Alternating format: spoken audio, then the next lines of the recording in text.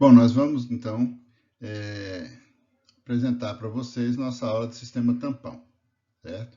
Essa aula terá alguns objetivos que serão demonstrados no próximo slide.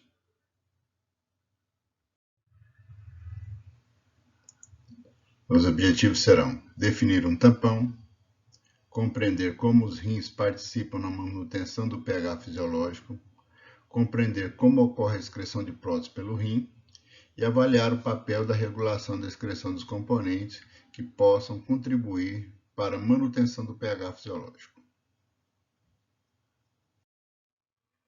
Para preparar essa aula, eu utilizei o livro de Fisiologia Médica do Boron e Princípios de Anatomia e Fisiologia do Tortora. Bom, então vamos lá. O que seria um tampão ou uma solução tampão, né? Uma solução tampão é aquela solução que resiste à adição de ácido ou de base sem que haja, com isso, a mudança no seu pH.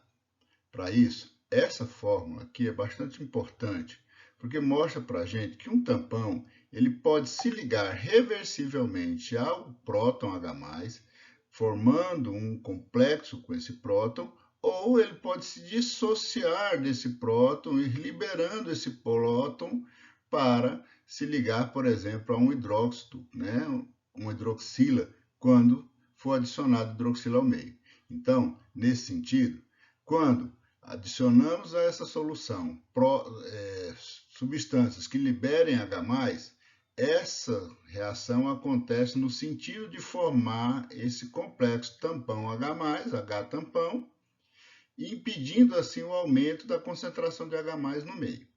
Por outro lado, se nessa mesma solução for adicionado alguma substância que libere hidroxilas, hidroxilas, essas hidroxilas, então, vão forçar que esse complexo H-tampão vá se dissociando, liberando os íons H+, e esses íons H+, vão neutralizando o OH- que aparecer no meio. Assim, né, teremos a neutralização dos íons hidroxilas colocados no meio sem interferir no pH da solução. Então, uma solução tampão ela resiste tanto à adição de H+, como à adição de OH-, sem mudança, então, no seu pH. A capacidade de suportar a adição de ácido ou de base na solução sem que o pH se altere tem a ver com a concentração do tampão. Quanto mais tampão tiver no meio, maior vai ser a sua capacidade de reagir com os prótons ou com as bases, no sentido de evitar a mudança do pH. Bom, como pode ser visto na figura mostrada no slide, nós temos a importante observação de que, apesar de termos a ingestão diária de certa quantidade de H+, temos também uma excreção diária de H+ na urina. De modo que isso acontece de maneira a manter o nosso equilíbrio ácido-básico. Ou seja, se na dieta nós absorvermos 20 milimol dia de H+, excretamos 10 milimol dia de OH-, temos uma captação, então, de ácido de 30 milimol por dia. Além disso, o nosso metabolismo produz cerca de 40 milimol de ácidos não voláteis, dando, então, cerca de 70 milimol de H+ todo dia, sendo absorvido pela dieta, sendo produzido pelo nosso metabolismo.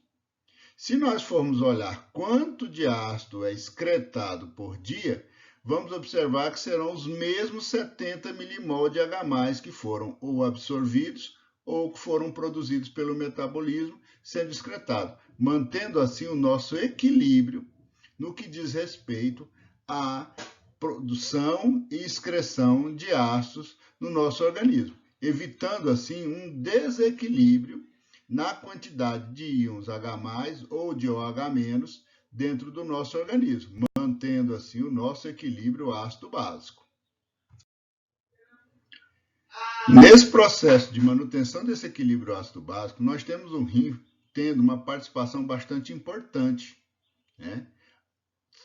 Participando da seguinte forma: na secreção de ácido para a urina, na recuperação do fluido tubular de todo o íon carbonato, certo? Ou seja, são filtrados 24 milimol por litro de filtrado, o que daria cerca de 4.320 milimol de bicarbonato todo dia sendo filtrado e reabsorvido pelo rim, garantindo assim a sua manutenção, né? Bom, como foi falado no slide anterior, parte dos ácidos e bases são produzidos pelo nosso organismo. Então, eles são produzidos em reações do nosso metabolismo que estão representadas nesse quadro lateral aqui, né? Então, nós temos reações que produzem CO2 e que são ácidos em potenciais, reações que produzem ácidos não voláteis e reações que produzem bases não voláteis.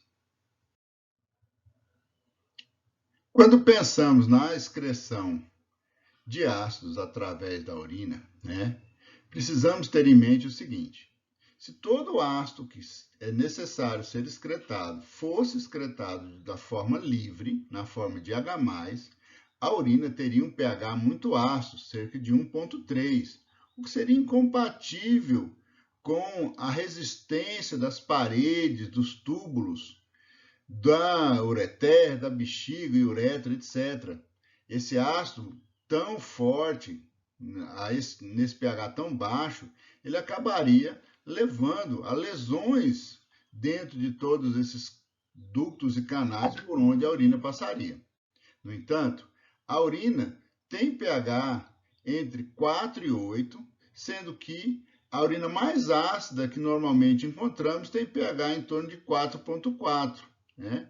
O que seria cerca de 3.000 vezes menos H+, do que o nosso organismo produz e nós ingerimos durante o dia. Para que a nossa urina não fique tão ácida, né, nós então excretamos o ácido associado a outros componentes para que o H+ seja jogado na urina na sua forma livre. Então, ele vai acabar sendo liberado junto com outros componentes aos quais ele vai se associar, como fosfatos, a creatinina, os uratos e o próprio íon amônio. Dessa forma, o H+ vai se incorporar a esses íons e a essas moléculas, liberando então uma molécula neutra que não interfira no pH da urina. Nessas figuras relacionadas à excreção urinária de ácido, podemos observar o seguinte: na figura A, teremos a reabsorção de bicarbonato. O íon bicarbonato se dissocia em CO2 mais OH-. Esse OH- se associa com o H+, formando água, e essa água, por osmose, entra para dentro da célula. O CO2, produzido aí pela ação da anidrase carbônica, é permeável à membrana e entra novamente, ou entra para dentro da célula. Lá dentro, uma outra anidrase carbônica, que não é de membrana, é uma citoplasmática, vai pegar o CO2 e acoplar ele novamente com o OH- proveniente da dissociação de uma outra molécula de água, repondo o H+ que tinha saído da célula para se associar com o OH- formando água. Então, a água entra, se dissocia novamente em H+ e OH-, e esse OH- é acoplado ao CO2, formando um bicarbonato. Esse bicarbonato, então, ele se atravessa a membrana e é recuperado para o líquido extracelular e, consequentemente, acaba chegando ao plasma, né? Então, nós observamos que o bicarbonato que estava lá no lúmen tubular, que tinha sido filtrado no processo de formação da urina, né, sob a ação de uma enzima anidrase carbônica, se dissociou em CO2 e água. Esse CO2, então, atravessou a membrana. O OH- se associou com o H+, formando uma nova molécula de água, e essa molécula de água penetrando na membrana, se dissocia novamente, liberando o OH-, e esse OH- se associa ao CO2, formando, então, ou recuperando, para ser mais preciso, o bicarbonato. Com isso, esse bicarbonato, então, atravessa a membrana e é recuperado para o líquido extracelular. Já na figura B, nós visualizamos a produção ou a excreção de ácido de uma maneira titulável. Eu, no filtrado, encontro íons fosfatos, né?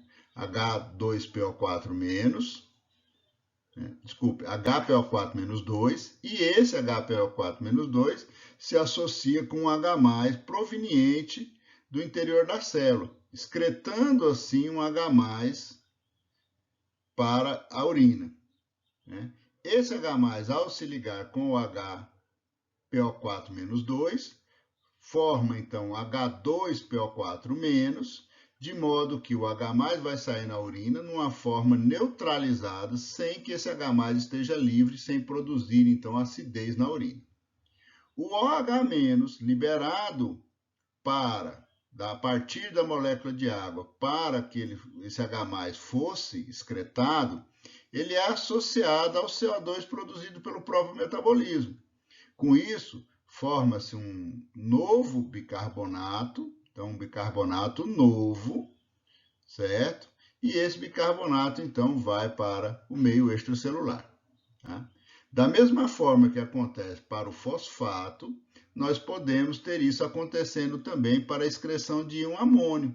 Então, o nosso metabolismo, através do metabolismo de aminoácidos, produz NH4 mais OH-. O OH- é usado para se ligar ao CO2, formando mais bicarbonato novo, e o NH4 se dissocia, NH3 atravessa a membrana, o H+ também atravessa a membrana, e lá fora, no lúmen tubular, eles se associam novamente, formando o NH4+. E esse NH4, então, é excretado de maneira a não interferir no pH fisiológico, no pH da urina, né?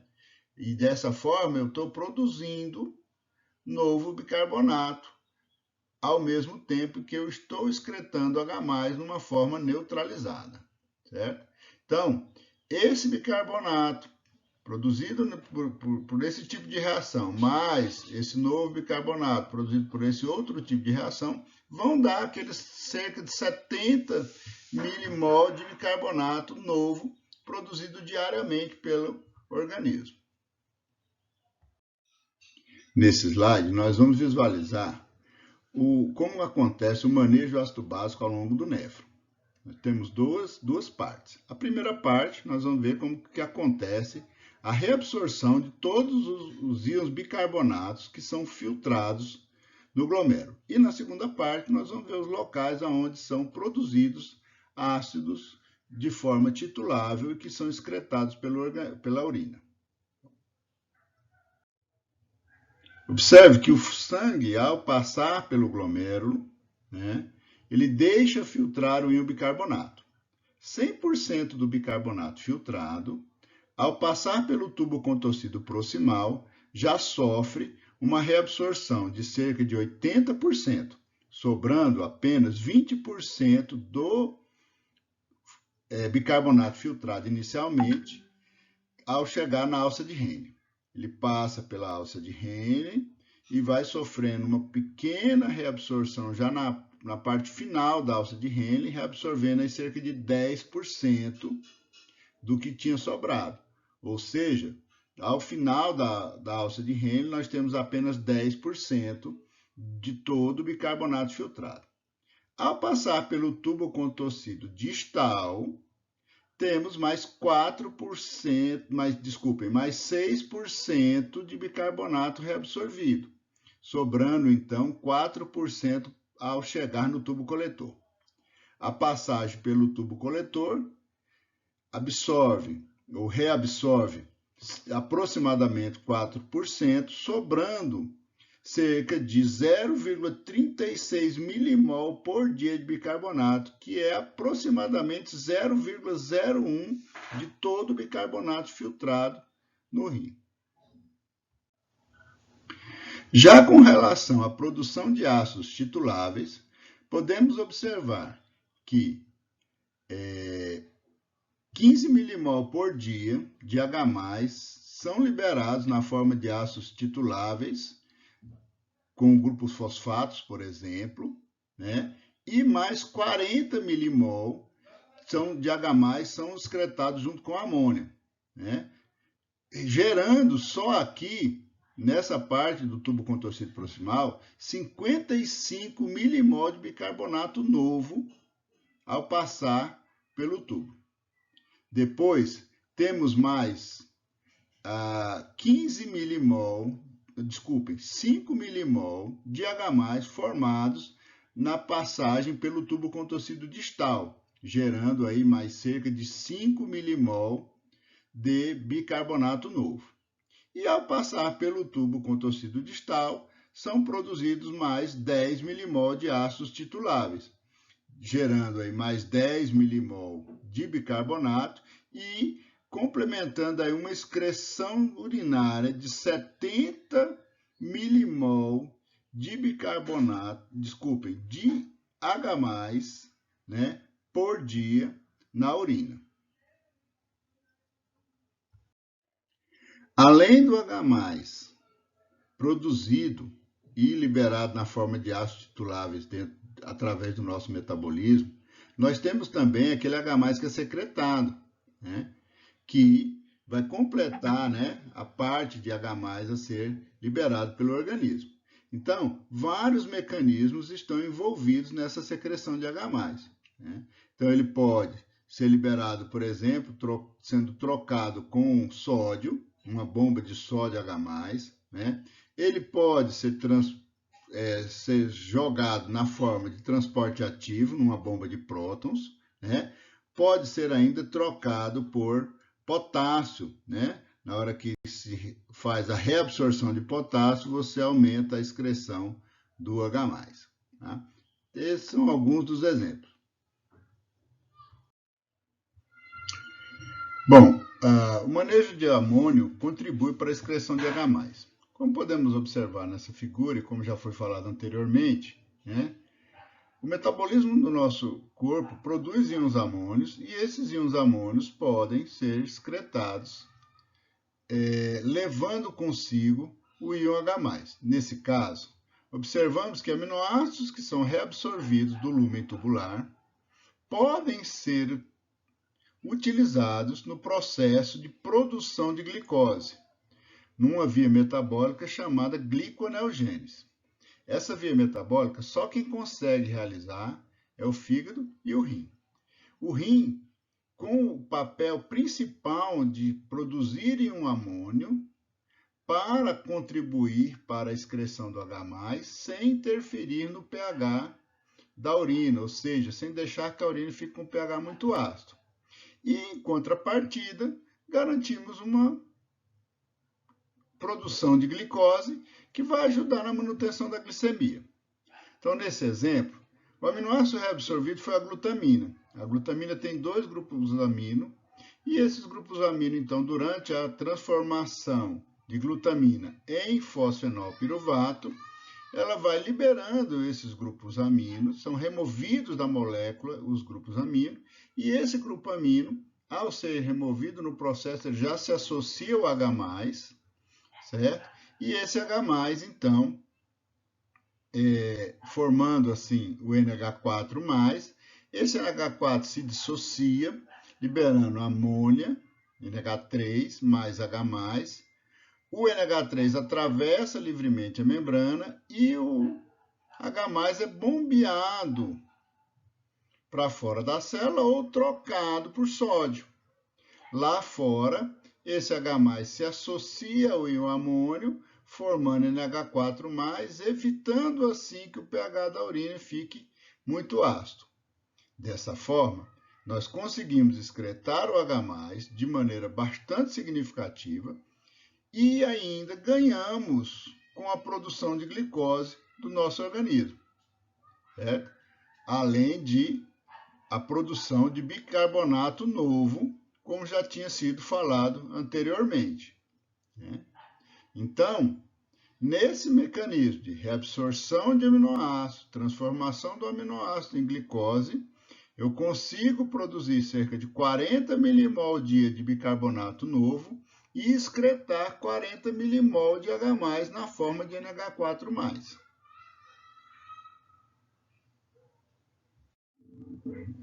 Bom, como foi dito no slide anterior, o rim consegue pegar aminoácidos, transformar esses aminoácidos em glicose e, com isso, produzir grupos amino. E esse grupo amino ele utiliza, então, para a excreção de H+, através da urina. No entanto, a quantidade de grupos aminos que precisam ser excretados no nosso corpo é muito maior do que a quantidade de H+, que podem ser excretados dessa forma. Cerca de 940 milimol por dia de aminoácidos, de grupo aminos de aminoácidos, são produzidos e precisam ser excretados diariamente. Dessa forma, para complementar a excreção do grupo amino, nosso corpo usa transportadores que levam o grupo amino desses aminoácidos, tipo o ciclo do piruvato-alanina, levando esse grupo amino para o fígado. Lá no fígado, através de uma via metabólica denominada ciclo da ureia, o grupo amino, então, é transformado em ureia, de forma que cada molécula de ureia tem 2 grupos amino, produzindo diariamente aproximadamente 450 milimol dia de ureia. Essa ureia, então, é levada para do fígado para o rim, através da corrente sanguínea, e lá ela é excretada, de modo que nós excretamos aproximadamente 450 milimol dia de ureia. Com os outros 40 milimol de grupo amino, nós teríamos aí os 940 milimol dia de grupos aminos sendo excretados diariamente, uma vez que cada molécula de ureia tem 2 grupos amino. Tá? Então, essa é a maneira que o nosso corpo utiliza para a excreção de grupos aminos, né? Principalmente na formação de ureia, apesar de ter também uma pequena excreção de NH4+, mas lembrando que essa excreção de NH4 ela está mais voltada a contribuir para a excreção do H+, e não do grupo amino. Bom, como se dá a regulação da secreção de ácido renal? Então, nós podemos perceber o seguinte: a acidose respiratória estimula a secreção renal de H+. A acidose metabólica estimula tanto a secreção de H+, como a produção de NH4+. Já em caso de alcalose metabólica, nós temos a redução de secreção de H+, podendo até haver excreção ou secreção de bicarbonato, né? O aumento de bicarbonato também aumenta a reabsorção tubular de bicarbonato, ou seja, quanto mais bicarbonato eu tenho no corpo, mais meu rim vai ter que reabsorver bicarbonato do filtrado. A regulação do volume, a redução de volume estimula a secreção de H+. E a hipocalemia aumenta a secreção de H+, porque eu aumento a reabsorção tubular do potássio. Como nós vimos anteriormente, né? Um dos mecanismos de excreção de H+, é exatamente a reabsorção de potássio. Então, no caso de hipocalemia, em que eu preciso reabsorver maior quantidade de potássio do filtrado, eu vou excretar mais H+. O uso de moléculas como glicocorticoides, mineralocorticoides vão estimular a secreção de ácido, e alguns diuréticos podem diminuir ou aumentar a secreção de H+, dependendo da forma como ele atua no organismo. Bom, acredito que com isso conseguimos aí definir o que é um tampão, compreender como que os rins participaram da manutenção do pH fisiológico, compreender como ocorreu a excreção dos prótons pelo rim e avaliar o papel da regulação da excreção de outros componentes que possam contribuir para a manutenção do pH. Então, por hoje é só. Terminamos, então, aqui a nossa aula. Obrigado.